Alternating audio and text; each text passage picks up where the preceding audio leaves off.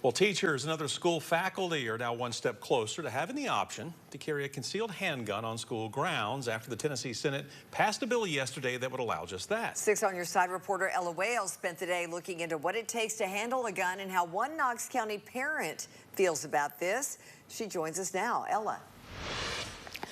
Bo, Lori, the bill still has to be passed by the House, but passed in a 26-5 vote in the Senate, despite several groups showing up to the state capitol in protest.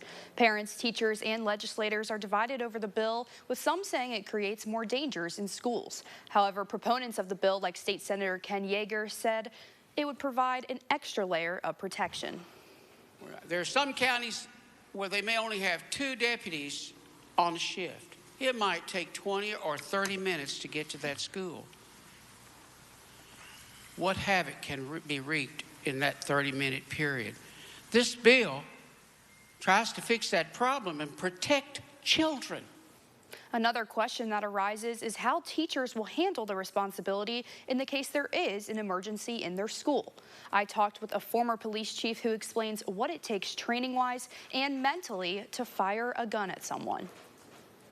We ought to be taking guns out of people's hands instead of adding more into the mix. Knox County mom of 4 Lisa McLeod is one of many parents who worry about the possibility of a gun being in their child's classroom. It's just like in people's homes. There are accidents. There are times that things happen where kids get a hold of guns, and at times when they shouldn't have them. And of course that's possible. Of course it's possible somebody can be overcome.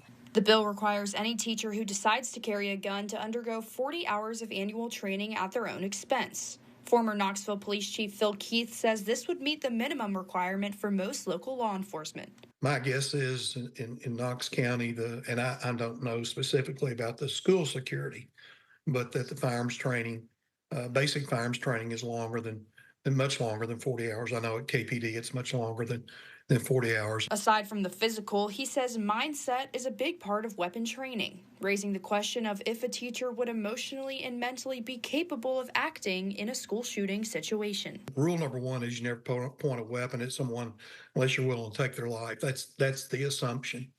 So that gets you to the very first step, and then you don't want robots. You can't create robots. So you want officers to make split-second decisions based on the information they have with their eyes and their brain.